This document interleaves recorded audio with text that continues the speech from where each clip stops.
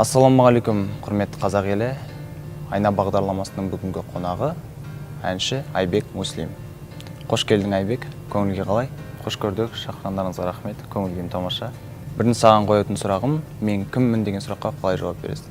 Мен өзімді қазірше жас әнші, яғни эстрадаға енді тай-тай басып келе жатқан жас әнші ретінде көремін. Нақты ол сұраққа бір 10 жылдан кейін бір нақты жауап бере алатын шығармын. Өмірде сен үшін ең бастысы не? Өмірде ең бастысы ол мен үшін қазіргі өзімнің отбасым, өзімнің бауырларым, және осы менің өнерім, алдағы қойған мақсатым, ол мен үшін қазір бірінші орында десем болады. Саған айтылған ең жақсы ақыл, және оны саған кім айтты? Маған ақылды әрине өзімнің ата-анам айтады. Ол ақыл мен үшін өте маңызды, және ол ақыл осы алға қойған мақсаттарынан ешқашан тайынба, алдыңа қойған мақсаттарынан сол үшін еңбектен деген сондай ақылдар шығар. Маған алған ең жақсы. Сен үлгі тұтатын тұлға және неліктен? Мен әрине ең бірінші өзімнің әкемді үлгі тұтам. Себебі ол кісінің сабырлығы, өз-өзін ұстауы, мен сол кісінің жасаған қылықтарын жасағым келеді. Сол үшін мен ол кісіні үлгі тұтам. Өнер жолын неліктен таңдадым? Ол мен бала күнгі арманым. Кішкентайымнан өлең айту арманым болатын. Осы бір жыл көлемінде сол өнерге келіп, қазір сол өнердің ортасында жүрмін. Бойыңдағы қандай әдеттен арылғың келеді? Кішкене қырсықтылығым бар.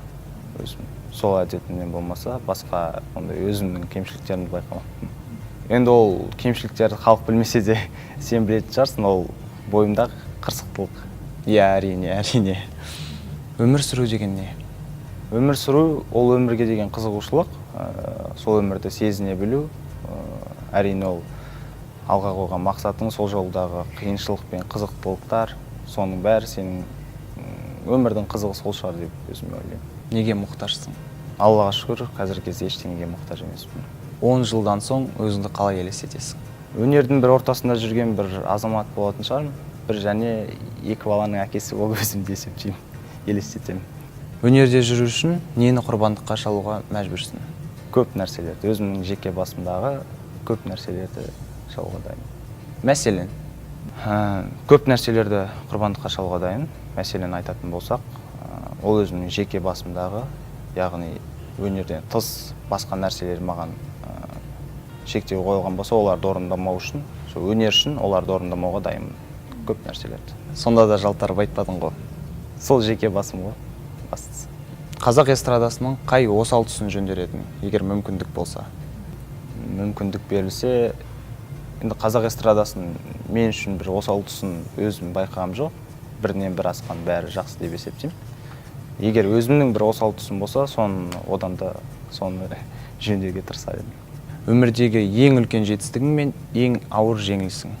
Ең үлкен жетістігім ол менің осы өнерге бастамас бұрын өзімнің авторлық бір 10 шақты әнім болса, және бейнебаянымды түсірсем, бір кішкене болсын сахналардан көрініп өзім шықсам деген жетістік болатын. Мен қазір осы бір жылдың ішінде сол жерде қойылған, айтылған талаптарымды орындағандаймын. Ары қарай орындай берем деп өзім есептеймін. Ал үлкен жеңілісім ол қатты бір жеңіліс дейтін де жеңіліс көргем жоқ. Мүмкін жасамай қалған нәрселерім бар шығар, сол мен жеңілістерім шығар. Қазақ еліне бір тілек болса? Қазақ елі әрқашан даман болсын, қазақ еліміз жасай берсін, Қазақстан мәңгілік осылай тәуелсіз, аман есен, бейбіт ел бола берсін.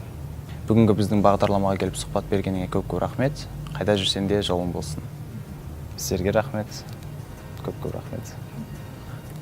Құрметті көрермендер, бүгін бізде қонақта болған жас әнші Айбек Муслим.